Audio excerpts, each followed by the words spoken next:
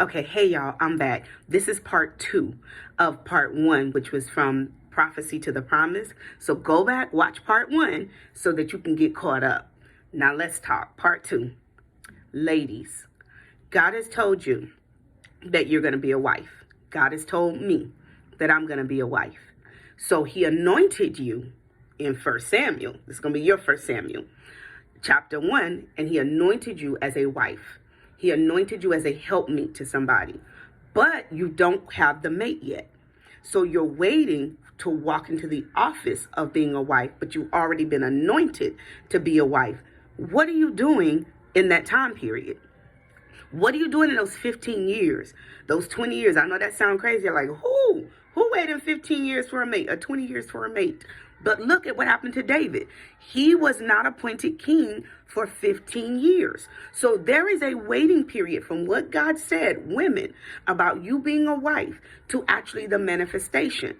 It doesn't come right away. And half of us, like me, I sped up the process by marrying the wrong person. I went after that person.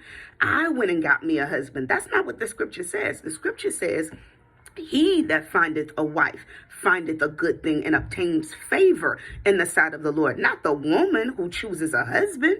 And so women, you've got to learn, and I have to learn to wait on the Lord. Although, yes, you feel it. You're a wife.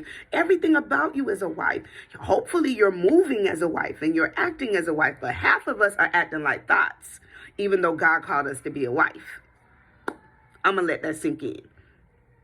So the thing is that when you're anointed to be something, the Lord is giving you, number one, time to settle into that thing, time to work on that thing, to be the best wife you can be, like David, to be the best king that he could be. Now, did David make mistakes along the way? We all know, yes, he did.